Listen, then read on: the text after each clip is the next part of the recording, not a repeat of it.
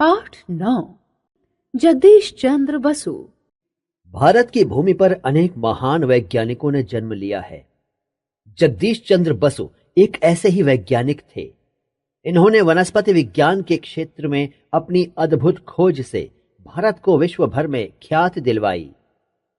जगदीश चंद्र बसु का जन्म 30 नवंबर 1858 ईस्वी को बंगाल के मैमनसिंह जिले के विक्रमपुर नामक गांव में हुआ था।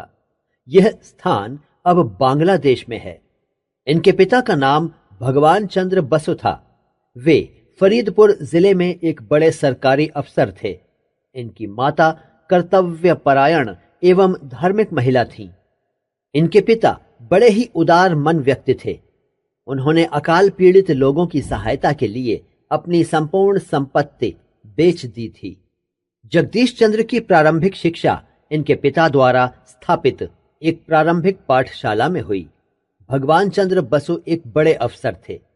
उनके मित्रों व अधीनस्थ अधिकारियों के बच्चे अंग्रेजी स्कूलों में पढ़ते थे, परंतु उन्होंने बालक जगदीश चंद्र को साधारण बच्चों के साथ प्राथमिक पाठशाला में पढ़ाया।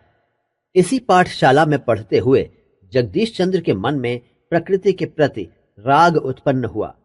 यहीं इन्हें पेड़ पौधों और पशुओं के बारे में अनेक बातों का ज्ञान हुआ। जगदीश चंद्र अत्यंत जिज्ञासु बालक थे। यह विद्यालय में अपने सहपाठियों से जिन जिन बातों के बारे में सुनते थे, घर आकर पिता से उनके बारे में प्रश्न करते थे। इनकी बातों को सुनकर कभी कभी तो पिता भी चकरा जाते थे। जगदीश चंद्र बचपन में ही यह बात अच्छी तरह जान गए थे कि पेड़ पौधे भी मनुष्य की तरह बढ़ते हैं और समय पूरा होने पर मर जाते हैं। प्रारंभिक शिक्षा के बाद जगदीश चंद्र को कलकत्ता अर्थात कोलकाता के सेंट जेवियर स्कूल में भेजा गया। यहां से इन्होंने मैट्रिक की परीक्षा अच्छे अंकों के साथ उत्तीर्ण की। जगदीश चंद्र इंग्लैंड से ICS की परीक्षा पास करके उच्च अधिकारी बनना चाहते थे। इनके पिता की इच्छा थी कि ये अंग्रेजी सरकार की सेवा के स्थान पर मानवता की सेवा के लिए वैज्ञानिक या डॉक्टर बने। अपने पिता की इच्छा पूरी करने के लिए जगदीश चंद्र डॉक्टरी की पढ़ाई करने लंदन गए। वहां इन्होंने लंदन मेडिकल कॉलेज में प्रवेश लिया, परंतु अस्वस्थ होने के कारण इनकी पढ़ाई बीच में ही छूट गई। इनकी रुचि वनस्पति विज्ञान में थी, इसलिए स्वस्थ होने के बाद इन्होंने कैम्ब्रिज विश्वविद्यालय में प्रवेश ले लिया। वहां से इन्होंने प्राकृतिक विज्ञान में BSc की परीक्षा पास की। BSc करने के बाद जगदीश चंद्र कलकत्ता वापस आ गए। वहां के प्रेसिडेंसी कॉलेज में भौतिक विज्ञान के प्राध्यापक बन गए। उस समय प्रेसिडेंसी कॉलेज के अधिकांश प्राध्यापक अंग्रेज थे। अंग्रेजी सरकार भारतीय प्राध्यापकों के साथ भेदभाव करती थी। भारतीय प्राध्यापकों को अंग्रेज प्राध्यापकों की तुलना में आधा वेतन दिया जाता था। जगदीश चंद्र बसु के लिए यह भेदभाव असहनीय था। इन्होंने 3 वर्ष तक संघर्ष किया और वेतन नहीं लिया। अंत में इनकी योग्यता के सामने कॉलेज के व्यवस्थापकों को झुकना पड़ा और पिछले 3 वर्षों का पूरा वेतन देना पड़ा। इस विजय ने इन्हें बहुत लोकप्रिय बना दिया।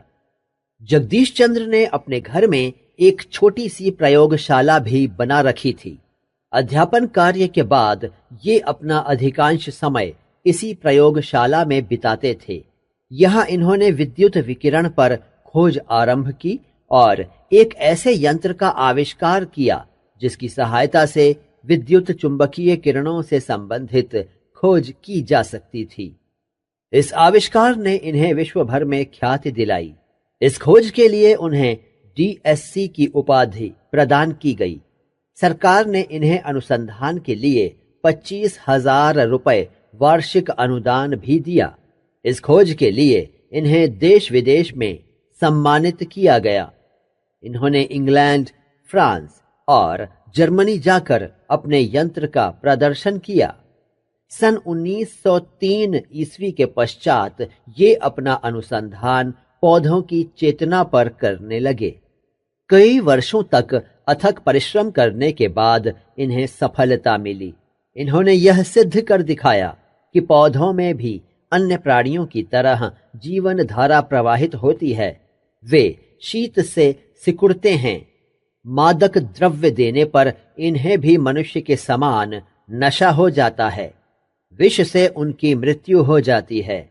इन्होंने यह भी सिद्ध कर दिया कि पौधे भी मनुष्य की तरह सोते जागते हैं, हंसते रोते हैं। उनकी इस खोज को विश्व भर के वैज्ञानिकों ने स्वीकार कर लिया। जगदीश चंद्र बसु के मन में इच्छा थी कि ये कलकत्ता में एक बड़ा वैज्ञानिक शोध संस्थान स्थापित करें। प्रेसिडेंसी कॉलेज से सेवानिवृत्त होने के बाद इन्होंने इस सपने को साकार किया। सन 1917 ईस्वी में अपने जीवन भर की संचित राशि 11 लाख रुपयों से कलकत्ता में बोस संस्थान स्थापित किया।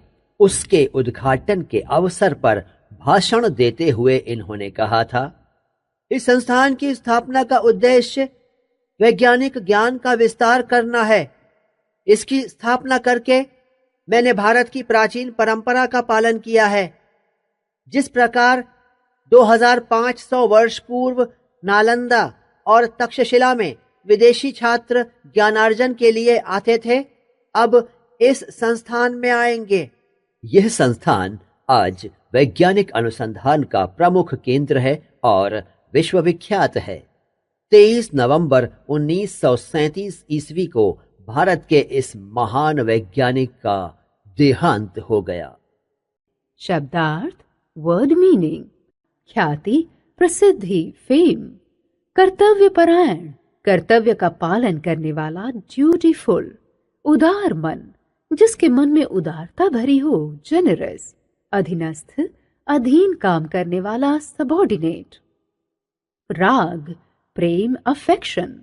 जिज्ञासु, जिसमें जानने की इच्छा हो, क्यूरियस। उच्च अधिकारी, बड़ा अफसर, सीनियर ऑफिसर। असहनीय, जिसे सहन न किया जा सके, अनबियरेबल। अधिकांश, ज्यादातर, मोस्टली। अनुदान, सहायता राशि, ग्रांट। अथक परिश्रम, बहुत अधिक मेहनत, टायर्डलेस लेबर। संचित राशि, जमा किया हुआ धन, सेव्ड मनी। ज्ञानार्जन, ज्ञान प्राप्त करना, टू अक्वायर नॉलेज। विश्वविख्यात, विश्व भर में प्रसिद्ध, वर्ल्ड वाइड फेमस।